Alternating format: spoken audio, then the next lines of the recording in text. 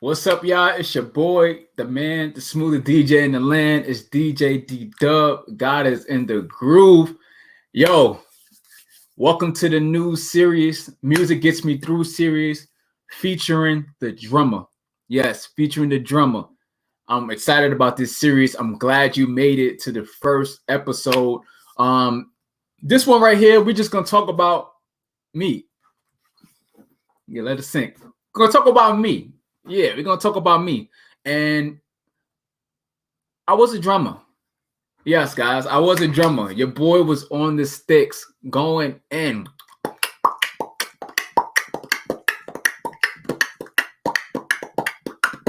Yeah, I was going in. I was on them sticks, and I enjoyed the time that I played, man. I played for over 15 years. But unfortunately, there's some evidence out there. There's some evidence out there. But yeah, I probably in the next video I'll put the evidence out, but it's not me at my best. It's not me like doing a praise break. It's I love it because my mother is singing and you can see me in the back playing the drums for my mom. So that's very important and I love it. So you're gonna look at that later on another video. I probably put in the shorts or put it somewhere where y'all can see it. But yeah, I have, how back in the day, back in like 03, 04, 05, how in churches, they didn't have the phones to record. Like they had the VHS recorder, like the big boy, like over your shoulder, one of those. And like, you had to keep it on the tripod, the big old tripod. And yeah, never mind. But I used to play. I used to get it in. Like, I used to love playing. One thing about me, I didn't like notes. I didn't like reading music. That's the right term of it. I didn't like reading music. I loved actually listening to music. And for those that know me, and I mentioned it too, when I started DJing, I didn't like go to DJing school. Or I didn't learn the fundamentals or the in and outs of DJing. I just listened and I just watched, and then I just became a DJ. So I'm more of a visual guy. I tell people this story. Quick side note: I tell a lot of people this story that I used to when I first came down to North Carolina. So North Carolina is different than New York City. And then whatever state you in, just let me know if this apply to you. But in North Carolina, you gotta have a person that the car that you're driving has to have insurance, and then you gotta have insurance. Meaning yourself, you have to have like insurance.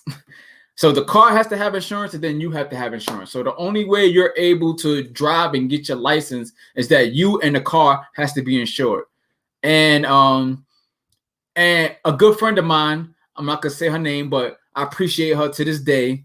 And I hope all is well with her for real, because she let me hold the keys to her car.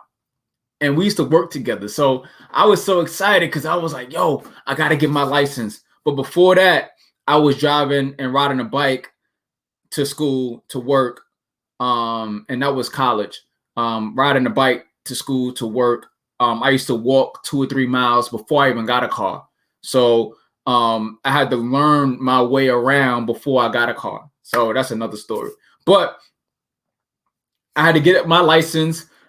And as soon as I got the car, literally the same day I got the car, I was behind the wheel. The first time I got behind the wheel, stay with me. The first time I got behind the wheel was the first time I got my license. That's a true story.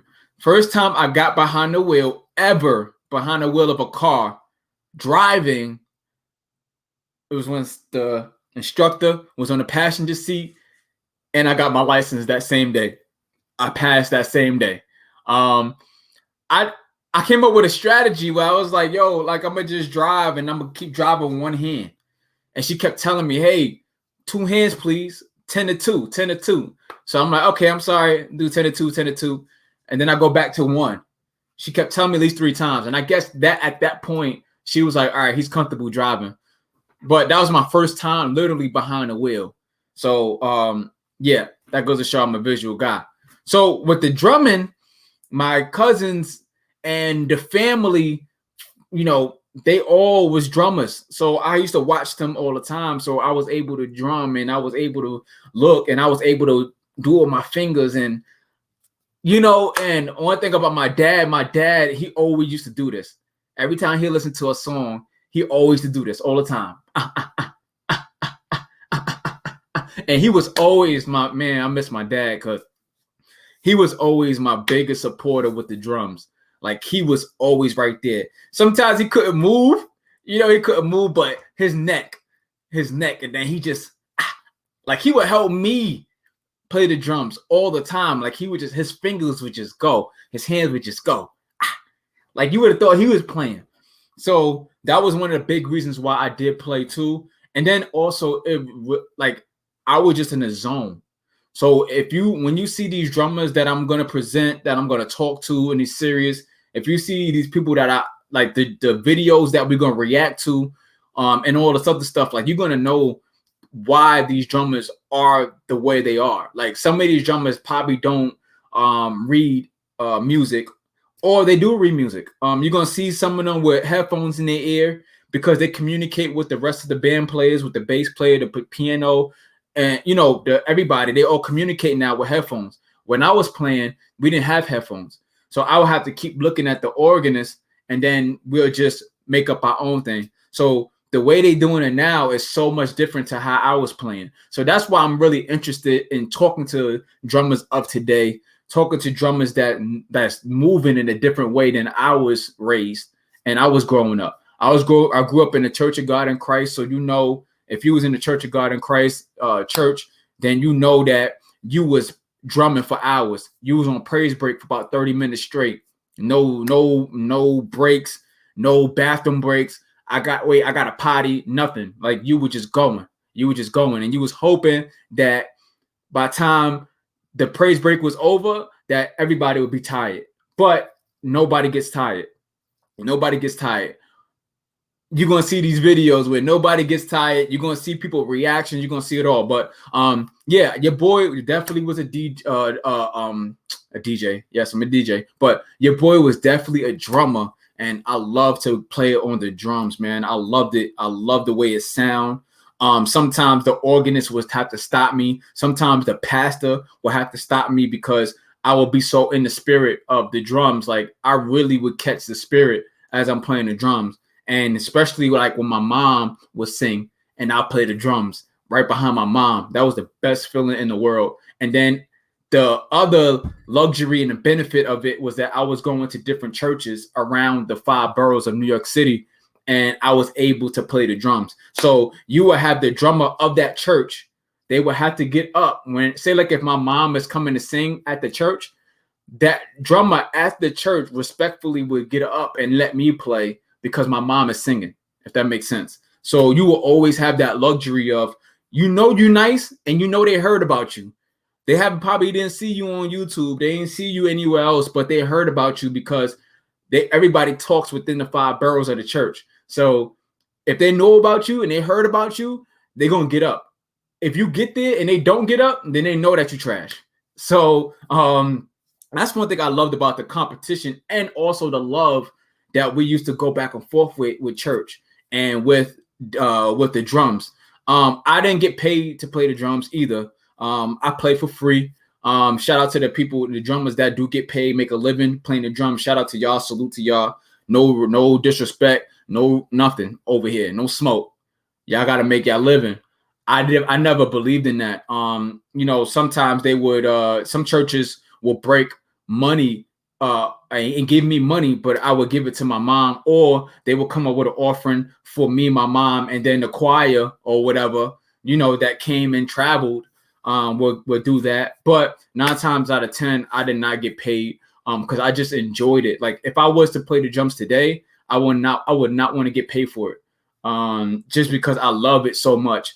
And I think by the end of this series, I feel like I'm going to get on the drums. I feel like I'm going to play the drums. I'm gonna like do a shed session for y'all, or hopefully I can find somewhere where I can get on the drums so y'all can hear me play. Yes, I'm gonna be rusty. I don't care. I want to play. So by the end of this series, my goal is to get on the drums. So y'all have to hold me accountable. Let me know, please. Like, yo, D, did you get on the drums? Or are you getting on the drums? Like, please keep me accountable. Again, I'm so excited about this series of the Music Gets Me Through series featuring the drummer, because we are able to sit down and talk about something that I love from the bottom of my heart, something that I adore, something that I cannot wait to get my hands back on.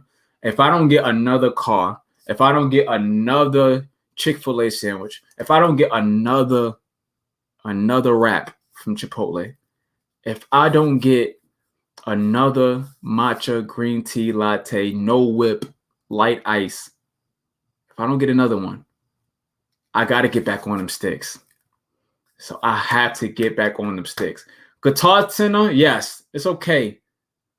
But it's not the same. I have to be at a church and I have to have the organist play something for me. So I need your help, man. We got to make this happen before the series is up. All right. Again, if I said it before, yes, we're gonna have some drummers get on the stage and talk with me. We're gonna chop it up. What music they listen to get them through, to get them started playing the drums. Who influenced them as a drummer? Who they look up to as a drummer. Y'all gonna get to know a lot of these drummers and the importance of drumming after this. So please, if you know a drummer yourself, please bring them my way. Or if you know anybody that's like interested in this series, please tell them to like, subscribe right now, because we're gonna have a ride. We're gonna have a good time. I promise you that. We're not gonna hold up. All right. So it's your boy, the man, the smoothest DJ in the land. I appreciate you guys for making it this far in the video. Please, there's a lot that's been going on. You know, if people don't know, my dad did pass in June. So, you know, it's been real hard for me to get back up, to be honest. And I'm going to be transparent. Like, it's really hard right now. As of right now, it's really hard for me to get back up and get back in the groove of things. But it's slowly getting there, slowly getting better, because my dad was my biggest supporter in music, my biggest supporter with a lot of things that I'm doing right now. So, to be honest, a lot of things that I do, like far as DJing and talking, getting on live. I haven't been on live yet, because normally when I get on live, the first person that pops up is my dad. So it's just that feeling, just that thought of he's not going to be there the next time I go live.